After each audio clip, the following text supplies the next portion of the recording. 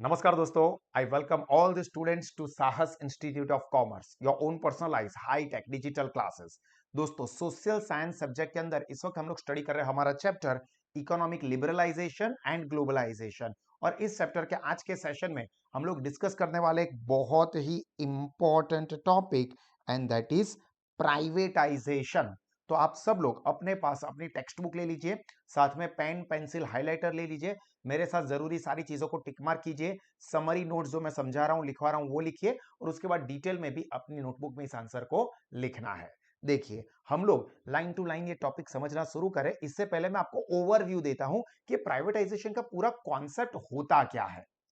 जैसा कि हम लोग पहले भी समझ चुके हैं कि गवर्नमेंट ने क्या किया था, ये 1991 की पॉलिसी से पहले मेजर इंडस्ट्रीज अपने अंडर में रखी थी, अपने कंट्रोल में रखी थी। तो यहां पर हम लोग मान के चलते हैं, फॉर एग्जांपल ये एक इंडस्ट्रियल यूनिट है, ठीक है।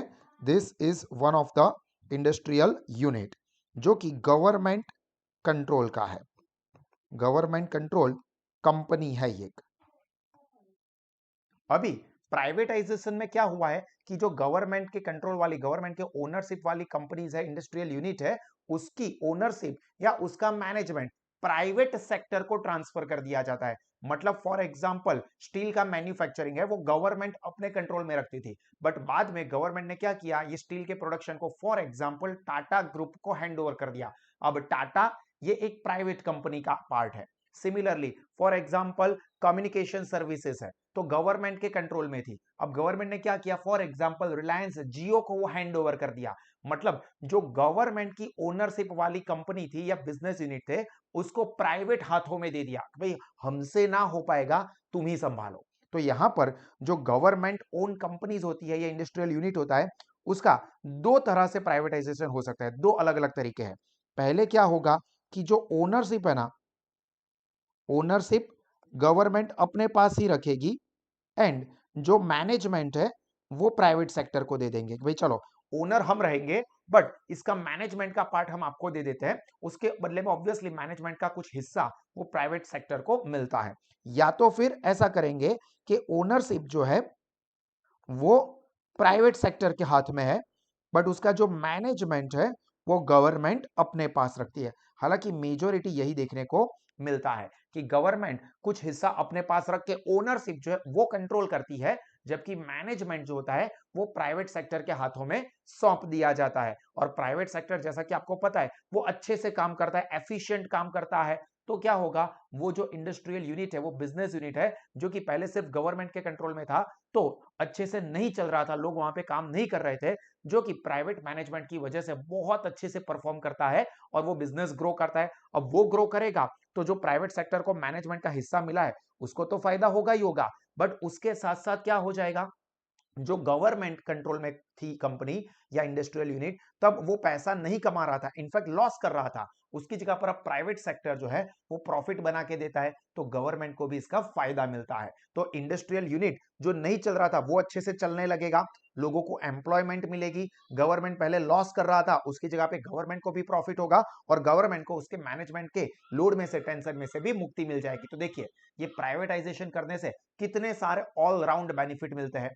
इसी की वजह से गवर्नमेंट ने ये 1991 की पॉलिसी में प्राइवेटाइजेशन के ऊपर फोकस किया था। ठीक है, ये पूरा एक ओवरऑल कॉन्सेप्ट है कि गवर्नमेंट के कंट्रोल या ओनरशिप वाले यूनिट को प्राइवेट सेक्टर के हाथों में दे देना, दैट इज कॉल्ड प्राइवेटाइजेशन। तो चलिए देखते हैं क्या लिखा है यहां पर। आप सब लोग बुक रखेंगे अपने पास, साथ में पेन पेंसिल ले लीजिए। Privatization means process in which ownership and management of the industrial unit under state control, state यानी कि गवर्नमेंट कंट्रोल, हैंडेड ओवर और transfer to private sector is called privatization. क्या किया कि जो स्टेट ओनरशिप या स्टेट कंट्रोल वाले जो इंडस्ट्रियल यूनिट थे उसके ownership and management private sector को दे दिया, दैट इज कॉल्ड प्राइवेटाइजेशन। एक और बार सेंटेंस देखते हैं, ध्यान से समझना, मेरे साथ अपने मन में रिपीट करना कि privatization means process in which, process word use करना है, in which ownership and management of industrial unit, कौन से इंडस्ट्रियल यूनिट, ऑफ स्टेट या फिर under the state control is handed over to या transfer to private sector is called privatization. तो यहां पर समरी नोट में क्या लिखोगे कि ownership and management of government unit is transferred to private sector is called privatization. देखो बहुत सिंपल मैंने बना दिया आप लोगों के लिए, ओनरशिप एंड मैनेजमेंट या ओनरशिप एंड एडमिनिस्ट्रेशन भी वर्ड आप यूज कर सकते हो ऑफ गवर्नमेंट यूनिट्स या फिर state owned units is transferred to और handed over to private sector is called privatization. अब प्राइवेटाइजेशन में क्या क्या चीजें हुई थी उसको भी जरा समझ लेते हैं. तो देखिए यहां पर सबसे पहले क्या कहा है, those areas which are reserved for public sector are open from private sector. देखो आपको याद हो लिबरलाइजेशन वाले टॉपिक में, इसके आगे वाले सेशन में मैंने समझाया था कि गवर्नमेंट ने 18 इंडस्ट्रीज को अपने लिए रिजर्व रखा था.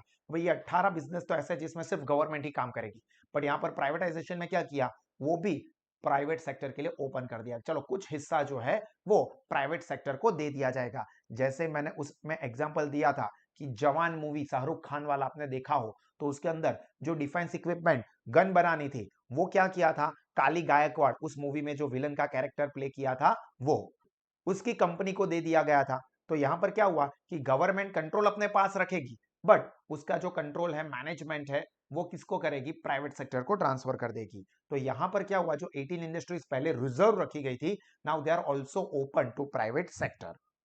अब इसमें क्या होता है जो मैंने आपको समझा, ये मेन पॉइंट है.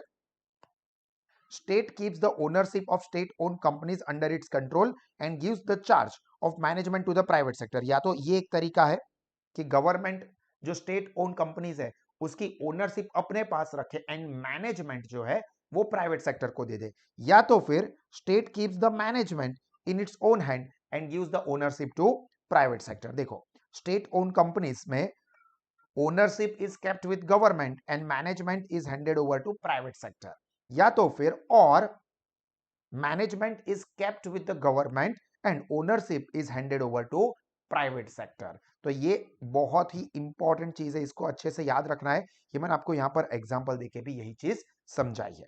चलिए यहां तक की चीजों को एक बार वीडियो को पॉज करके अच्छे से याद कर लीजिए कि प्राइवेटाइजेशन स्पेशली इसका मीनिंग जो है ये, इसको आप अच्छे से याद कर लीजिए. चलो अब हम डिस्कस करते हैं इसके एडवांटेजेस के, प्राइवेटाइजेशन कर देने से क्या फायदे मिले. तो एडवांटेजेस ऑफ प्राइवेटाइजेशन, तो देखो there is increase in number of production unit. Increase in production unit मतलब प्राइवेट सेक्टर बढ़ गए, ऑब्वियसली यहां पर क्या होगा, increase in number of production unit. Production unit जो है वो क्या हो गए, इंक्रीज हो गए. प्रोडक्शन यूनिट मतलब यूनिट, इंडस्ट्रीज ऐसा समझो, इंडस्ट्रीज जो है वो बढ़ गई. अब ऑब्वियस है कि जो इंडस्ट्रियल यूनिट्स बढ़ेंगे, प्रोडक्शन यूनिट बढ़ेंगे, प्रोडक्शन भी बाय डिफॉल्ट बढ़ेगा.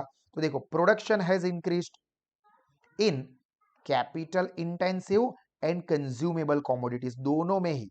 कैपिटल इंटेंसिव, कैपिटल इंटेंसिव मतलब ऐसी इंडस्ट्रीज जिसके अंदर बहुत सारी कैपिटल, बहुत सारी कैपिटल मतलब बहुत सारे पैसों की जरूरत पड़ती है.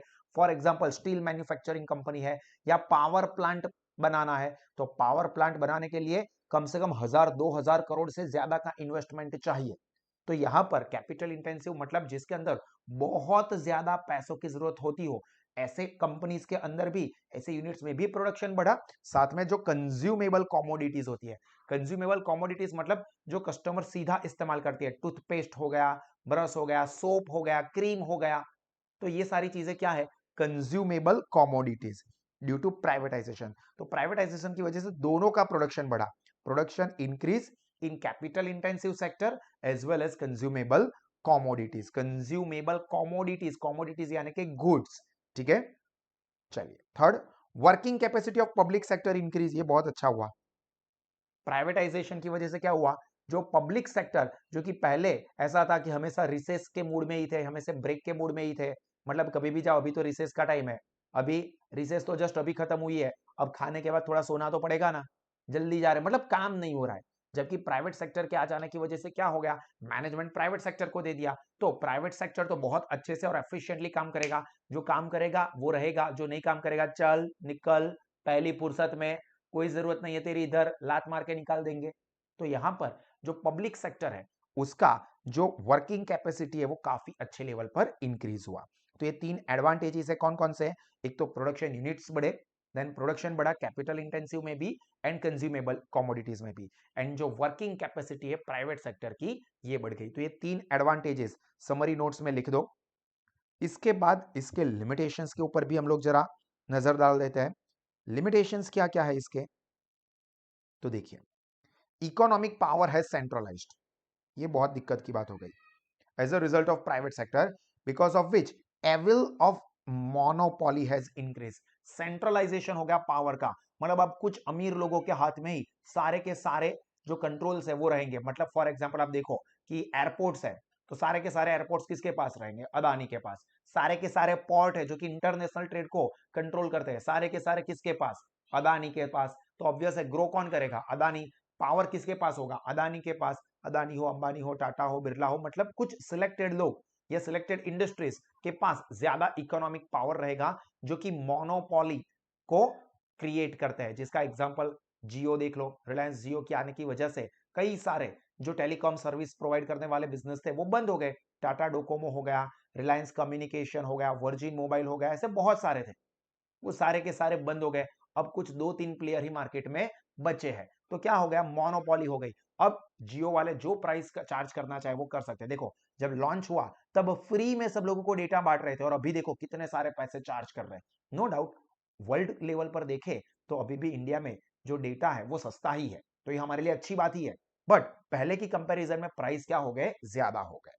Then second, cottage industries have not developed properly due to privatization, only large industries have developed। मतलब जहां पर ज्यादा मुनाफा दिखेगा लोग तो वहीं पर जाएंगे। तो हुआ क्या, प्राइवेटाइजेशन की वजह से जो बड़ी बड़ी इंडस्ट्रीज थी ना उसको इसका बेनिफिट मिला। जो छोटे छोटे हैंडलूम बिजनेस थे, जो स्मॉल यूनिट्स थे, उन लोगों को इसका ज्यादातर बेनिफिट नहीं मिला। कॉटेज इंडस्ट्रीज यानी कि जो घर में चलती है ऐसी छोटी छोटी इंडस्ट्रीज, तो वो सारी इंडस्ट्रीज जो कॉटेज इंडस्ट्री होती है, घर में चलने वाले बिजनेस, उसको इसका बेनिफिट नहीं मिला। बेनिफिट किसको मिला, लार्ज इंडस्ट्रीज को।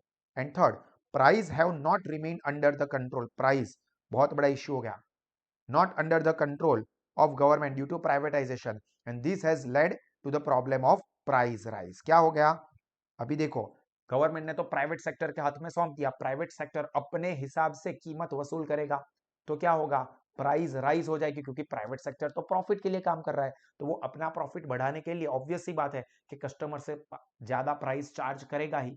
तो उससे क्या होगा, जो प्राइस राइज है वो प्रॉब्लम देखने को मिलता है। तो तीन कौन कौन से प्रॉब्लम देखने को मिलते हैं, पहला तो economic power is centralised in few hands due to which problem of monopoly has increased. Then second, only large industries have benefited from the privatization, cottage and small units have not benefited, and there is no control over the price, so price rise is seen in this privatization. Clear? तो यहां पर हमारा topic complete हुआ। इसको आप लोग बहुत ही अच्छे से ध्यान से वीडियो को देखें, एक और बार देखें। जो समरी नोट्स है उसको अपनी नोटबुक में लिख दे समरी नोट्स, और उसी को 2-3 बार पढ़े, और एक बार फुल फ्लेज फॉर्म में अपनी नोटबुक में भी लिख दे। और इसी तरह के सारे सेशंस आप साहस इंस्टीट्यूट के पास से अवेल कर सकते हैं और अपना नॉलेज और अपना रिजल्ट टेरिफिक लेवल पे बढ़ा सकते हैं। और साथ में अपने दोस्तों को भी ये इंफॉर्मेशन जरूर शेयर करें। God bless you all. जय हिंद।